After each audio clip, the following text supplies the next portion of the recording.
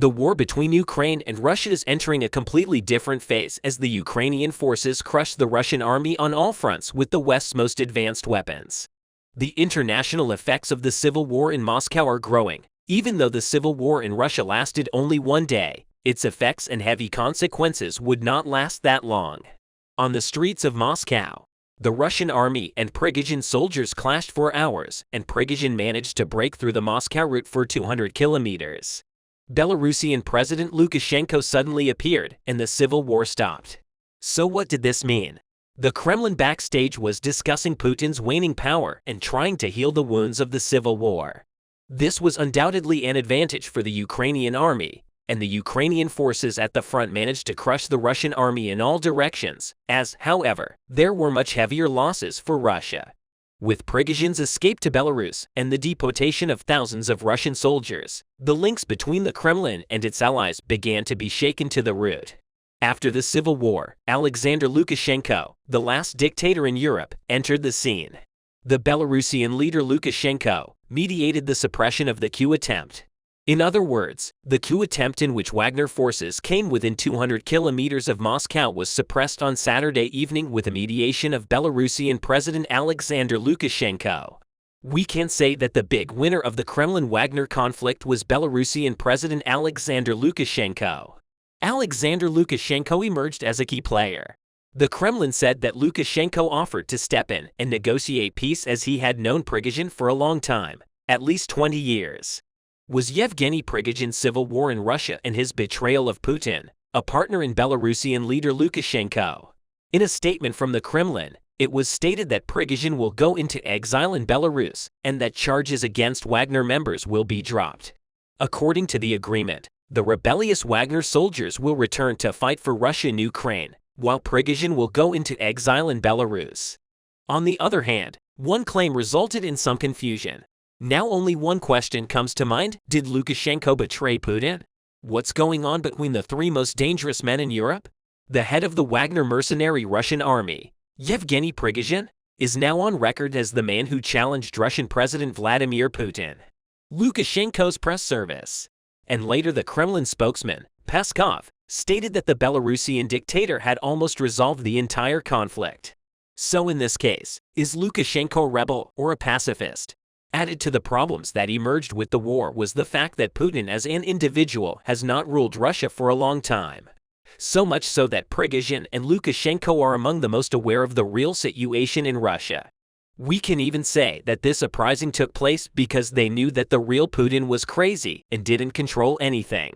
This breakthrough was generally directed at those who held the strings because of the pressure that the war should end. Because we cannot declare war on Ukraine and the whole world. Lukashenko knew what Prigozhin was going to do because they are linked to years of dirty work in Africa and elsewhere. In addition, Prigozhin's campaign showed that a significant part of the armed people in Russia, especially those fighting in Ukraine, wanted this war to end and were no longer trusted. Prigozhin, on the other hand, understands that those who betrayed him during the uprising and those who came from the Kremlin where he rebelled will not forgive him. It's clear that they will also try to clear Prigozhin and Lukashenko. The Kremlin won't forgive the fear and humiliation they've experienced. As a matter of fact, Lukashenko betrayed not only Prigozhin, but also Putin. The deal puts three of Europe's most dangerous men in a dangerous pact with each other. Putin, who promised to destroy Prigozhin just hours before allowing him to leave the country, now lives with his unpredictable enemy just across the border, and it will fall entirely on Lukashenko, who is in Putin's favor to take it under control. Through this rebellion, the dictatorial leader of Belarus, a trusted ally of Vladimir Putin, saw a chance to rebrand himself as a statesman. Neighboring Belarus, firmly in Moscow's orbit, was an unlikely figure to emerge with a PR triumph in the wake of Prigozhin's rebellion. We can say that Lukashenko gained credit for brokering an agreement between Putin and Prigozhin, now an international pariah.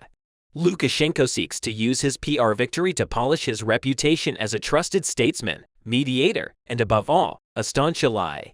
Ally of Mr. Putin. It remains unclear what promises were made on behalf of the Kremlin, Wagner, and Lukashenko. But Lukashenko's state-controlled media quickly went into high gear to portray his efforts to defuse the conflict as proof of statesmanship. We can say that the winner of the day was Belarusian President Alexander Lukashenko. Ultimately, Putin lost because he showed how weak his system was and how easily he could be challenged. Prigozhin defied, attacked, was very brave and then retreated like a loser. Only Lukashenko scored points. The first eyes, in Putin's eyes, as a mediator or negotiator in the eyes of the international community, and as a possible guarantor of the deal. So why did Putin let Prigozhin go? Kremlin spokesman Dmitry Peskov announced that Yevgeny Prigozhin, the leader of the short-lived insurgency against Russia's military leadership, would be allowed to retire to Belarus in exchange for stopping the march for justice in Moscow. The deal was for a higher purpose, which Belarusian President Alexander Lukashenko allegedly mediated. It was explained as preventing bloodshed, avoiding internal conflicts, and avoiding conflicts with unpredictable results. This sounds very noble, but just hours ago, Russian President Vladimir Putin gave a televised speech describing Prigozhin's rebellion as treason and one that struck the very heart of the Russian state. He seemed to be preparing the Russian people for a civil war. So we can say that the fact that Prigozhin got away with it could be for a higher goal. His once ally and warlord Yevgeny Prigozhin led a stunning 24-hour uprising that posed the greatest threat to the Russian dictator's power in 2 decades. This, in turn, made the military coup attempt in Russia much more damaging to the Kremlin regime than the loss of occupied territories in Ukraine and years of failure in the Russian Federation's economy. Let's not forget that Russia's GDP is 1/25 of the GDP of NATO countries. It's clear that Russia's defeat in the war could turn into a greater disaster than the collapse of the USSR. Prigozhin's idea to stop the new war became very popular among the people. We saw that an armed uprising was supported in Rostov. People were seeing off these Wagnerians with tears in their eyes because they were very close to this idea, and all this bad to be stopped as soon as possible. In this direction, many people in Russia realized that the country was experiencing an economic disaster, a military defeat, a collapse of power, and most importantly, that the Tsar was a fake. So how did Vladimir Putin get to this point with his number one friend, Prigozhin? Yevgeny Prigozhin, the leader of the Russian mercenary group Wagner, launched an armed uprising last Friday night after months of complaints about the Russian Ministry of Defense and the Russian military. He put the world on notice by saying that all the reasons Russia gave for its attacks on Ukraine were lies. With so many corpses behind him, he stood before the camera and cursed the Russian Minister of Defense. He even said, referring to the Russian President Putin, that if a simple KGB officer sits in that seat, I will sit too. In short, Wagner's leader, Yevgeny Prigozhin, ignited the civil war in Russia, probably with the support of some of the powers he had behind him. On June 24th, when the leader of the Wagner PMC, Yevgeny Prigozhin, announced the beginning of the restoration of justice in Russia, Wagner troops took Rostov-on-Don and marched in the Rostov, Vonage and Lipetsk regions of the Russian Federation. Wagner troops with armed vehicles entered the Moscow region, approaching the capital of the Russian Federation, about 200 kilometers away, after which Prigozhin announced that he had ordered his troops to retreat. On the other hand, he wonders what consequences his initiative will have for the war in Ukraine. It seems that the idea of sane people in the West who believe that Ukraine should get the weapons it needs as soon as possible will prevail. It turned out that it was not Ukraine that was provoking something, but that this madness in Russia must end as soon as possible. The revolt revealed that the Russian people did not need this war, and Prigozhin's idea of ending the war became popular at all levels of society, from the oligarchs to the sane military. Naturally, Ukraine should have long-range artillery and missiles at a certain range. This will help end the war faster and establish real peace, which, as it turned out, is beneficial even for the Russians. Russia uses two different military forces on the territory of Ukraine, excluding its own regular army. One of them is the mercenaries of the Wagner Group, and the other is the Chechen fighters of Ramzan Kadyrov, one of Russia's most important allies, especially while the large offensive operations of the Ukrainian armed forces continue. Russia's use of reinforcements is actually an important factor for Moscow. But the war has now reached such a point that the Wagner mercenaries used by Russia on the front lines withdrew from Bakhmut and advanced to the Russian cities. Chechen leader Ramzan Kadyrov, on the other hand, took this opportunity and continued to send his troops to fight in Ukraine in order to show himself to Putin. Mariupol is the most frequent destination for Chechen fighters to reach Ukrainian territory and disperse to the front lines. Pro-Vladimir Putin's Chechen troops are usually sent from this Russian-controlled city to the Donetsk front lines or to the Zaporizhia region. However, with the departure of Wagner forces from Bakhmut, Chechen troops fighting alongside the Russian army began to flock to the city of Bakhmut, especially recently with the dispersal of Wagner forces to Russian cities. Chechen fighters aim to close this gap, but the Ukrainian armed forces had, of course, developed a tactic against this situation. Some Chechen troops were attacked by the Ukrainians on the roads between Mariupol and Bakhmut, even before they could reach the Donetsk front line. Ukrainian forces were stationed at strategic centers on this critical link road, preventing Chechen troops from helping Russian soldiers in Donetsk. Currently, Chechen troops in Ukraine's Donetsk region are trying to undermine Kiev's major offensive plans. The city of Bakhmut is among the regions with the highest number of Chechen troops on the territory of Ukraine. However, in addition to this city, Chechens have been found in Marinka to a large extent. Chechen troops in Marinka, close to the central city of Donetsk, have been conducting offensive operations here for several days to stop the advance of Ukrainian forces.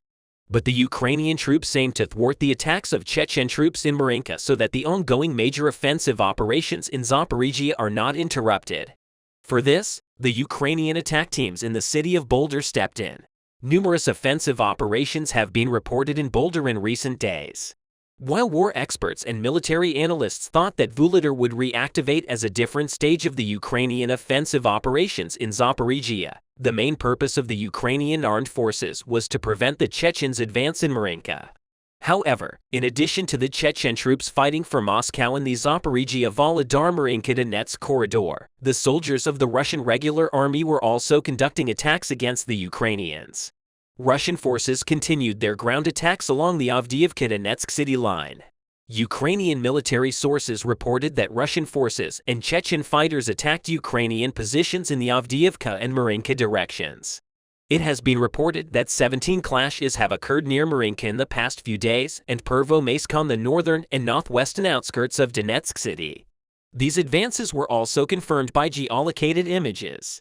Following this advance of the Ukrainians, incredible news came from the Chechen Special Forces in Marinka.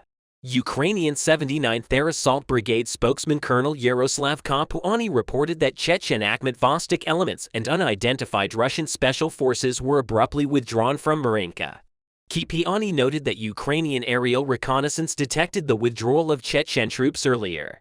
A source close to the Russian General Staff claimed that the Russian army had gathered all non-frontal units, including Kadyrov's men, to block Prigozhin's passage to Moscow. Kadyrov, the Kremlin's leader in Chechnya, claimed that his troops were sent to Rostov Oblast to suppress the rebellion of Wagner's militants. But the exact details of this reported withdrawal of the Akhmat Vostok battalion are still unclear. Many pro-Russian sources claim that Chechen troops under Ramzan Kadyrov were ordered to go to the front in Russia's war against Ukraine.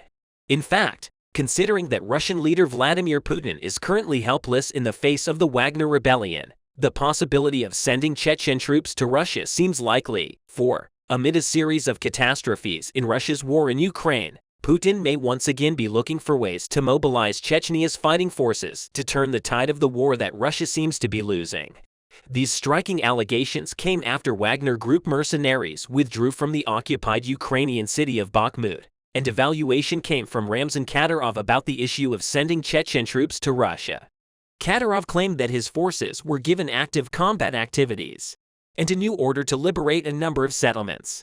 But according to some war sources, sending Chechen troops to Russia for this purpose doesn't seem logical, because the possibility of sending Chechen troops to suppress the uprisings in Voronezh and Moscow reveals the passivity of Russia. But even if Chechen troops were sent to Russian cities to suppress these rebellions, will that be enough for Russia? Of course, this will offer Russia an additional military reinforcement opportunity. But the number of Chechen troops may not be enough to suppress the uprisings in Russia, because after their early participation in offensive operations in Mariupol, Severodonetsk, and Lysychansk as part of Russia's war machine, Chechen troops have operated primarily in non-combat roles in the areas behind the front line last year. In other words, Chechen troops have never been Russia's main deterrent military force. But the move to mobilize Chechen troops as a frontline fighting force came as Vladimir Putin's forces faced a series of major defeats in their widely condemned war against Ukraine. Most worrying for Russia is that Ukraine is now starting its own offensive on Russia's Belgorod territory. The Kremlin, meanwhile, may perceive Chechen units as an unused defensive force that could restore Russia's ability to pursue simultaneous offensive efforts on multiple axes of advance. However, Kadyrov's claim that there are 7,000 Chechen soldiers in Ukraine is not thought to be enough for Russia to successfully carry out many important offensive operations. Kadyrov, who describes himself as Russian President Vladimir Putin's infantryman, had previously deployed Chechen Republic forces to support Russia's military operations in Syria and Georgia. At present, Kadyrov's claims are that his fighters will suppress the riots in Russian cities. The possibility of Chechen forces returning to the ongoing offensive operations in Russian cities on the Ukrainian borderline also seems to depend on the news from the Shebekino and Grayvoron regions of the authorities, because Belgorod Regional Governor Vyacheslav Gladkov stated that many people will be taken to the city of Orange, which is about 250 kilometers away from Russia. He also added that the situation worsened in the village of Shebekino, where more bombings were reported during the day, in which 4 people were injured but did not cause any deaths. Belgorod Regional Governor urged Russian forces to launch attacks and seize Ukraine's Kharkiv region, including the city of Kharkiv, to create a buffer zone between Belgorod and Ukraine. Local news sources reported that Shebekino was heavily bombarded. The attacks on Russian territory took place just as Kiev said it was preparing a major offensive against Moscow's forces. Kremlin spokesman Dmitry Peskov described the bombing of Belgorod as highly worrying. Actually, Peskov was right, because with the unprecedented attack of Russia's anti-Putin fighters on Belgorod and the drone attack on Moscow, tensions had increased considerably. The attack on Russia from Ukraine by the Russian Volunteer Corps and allied Russia's Freedom Legion was the largest since Russia's full-scale invasion last year. Now, with the Wagner forces starting a revolt in Russian cities on the Ukrainian border lines, the Free Russian Legion groups are expected to become active in these regions again. If this happens, not even Kadyrov's soldiers, but even the Russian regular army and police force may not be able to suppress the chaos that may arise in cities such as Belgorod and Voronezh, which are on the Ukrainian borderline. The Wagner leader is now desperately looking for new recruits to cover his shocking losses. Yevgeny Prigozhin had previously toured the Russian prisons to recruit prisoners into his private militia. But in February, the Kremlin administration completely stopped Wagner's prison recruitment program. Now it seems that the militia boss is forcing Russian soldiers to serve in the ranks of his mercenary group. A brutal justice is applied to the soldiers who refuse this. The wives of the recently enlisted Russians made statements to the independent news organization Wives of Russians, stated that their men were transferred from a military camp in Rostov-on-Don to the Luhansk region in eastern Ukraine. The number of soldiers transferred to the Luhansk region reaches 500. Of these 500 soldiers, 150 were then taken to the railway repair factory in Stakhanov. About 30 Wagner-armed representatives greeted these soldiers in Stakhanov. A soldier told his mother over the phone that they were locked in a railroad repair factory. The soldiers stated that they were stupidly sold and did not consent to it. The Wagner Group's use of Russians to make up for their troop losses is a bold move. But this move, the tension between the Russian leader and the Wagner leader, is only a matter of time. Also, the leader of the private Russian military contractor, Wagner Group, called for an end to the war in Ukraine. Prigozhin struck a blow to the efforts of Putin. Prigozhin stated that the special military operation, in the words of the Russian president, has now been completed. He said that the ideal option is to announce the end of the SMO to let everyone know that Russia has achieved the results it has planned. And in a sense, we have also achieved these results. The comments came after the UK Ministry of Defence claimed earlier this month that Russia's military leadership was seeking someone to replace private military companies, including the Wagner Group. According to the UK Ministry of Defence, Russia is looking to create and finance alternative private military companies to take over Wagner Group's key combat involvement in Ukraine. Despite this, no other known Russian PMC comes close to the Wagner Group in terms of size or combat power. The decision came amid a high-profile dispute between the Russian Ministry of Defense and the Wagner Group. Russia seized PMC, continue to be useful in Ukraine due to their ability to operate with less restrictions than regular military forces. Russian leadership believes that heavy losses among PMCs are better tolerated by Russian society than normal military losses. On the other hand, leaked U.S. intelligence documents suggested that a large part of Russia's elite Spetsnaz special forces units were destroyed in the war in Ukraine. From a leaked document, satellite photos of a base used by the 22nd Separate Spetsnaz Brigade in southern Russia were shared. Comparing pictures from November 2021 to November 2022 revealed that the base was significantly depleted, indicating an extreme state of loss. Although the document do not specify the exact number of Spetsnaz units killed or wounded in Ukraine, the 346th unit reportedly lost almost the entire brigade. According to the assessment, the 22nd Separate Spetsnaz Brigade saw 90 to 95% attrition rate with the other two units. Spetsnaz troops were ordered to enter Kiev in early days of the war and kidnap the Ukrainian president, and they eventually failed. These elite commandos go through years of extensive training. These elite commandos are considered the greatest soldiers in the Russian army. When Putin ordered his troops to cross the Ukrainian border in February 2003, two senior commanders used Spetsnaz units because they were not fully confident that conventional warplanes would be effective on their own. But the elite commandos who played a key role in the Ukrainian war took serious blows. The casualties of these commandos are quite high, according to American analysts. The Kremlin will need years of work to return the highly trained force to its pre-war state. According to records obtained by the U.S. agency, it takes 4 years to train a Spetsnaz soldier in Russia. It may take 10 years to renew the ranks of these special troops. It is difficult to predict whether the Kremlin can renew the ranks of these special groups. However, the shocking information in the leaked Pentagon documents was not limited to this much. A cache of leaked Pentagon documents shows the Russian military is out of power, short of men and equipment, and facing a stalemate. But the group of Russian fighters stands as an exception. With his battlefield skills, Wagner, a group of ex-convict mercenaries, remains an influential force. According to a classified document, envoys from Wagner secretly met with Turkish contacts in February. The envoys allegedly entered NATO territory in search of weapons and equipment for the war in Ukraine. It was unclear whether the weapons actually changed hands and whether Turkish officials were aware of the effort.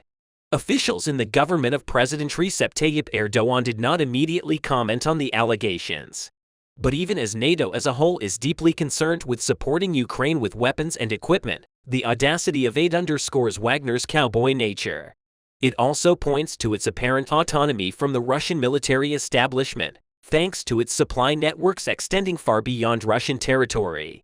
The document, which dealt with the meeting in Turkey, argued that the West African country of Mali, where Wagner had established an important outpost, could serve as a proxy and buy weapons from Turkey on Wagner's behalf.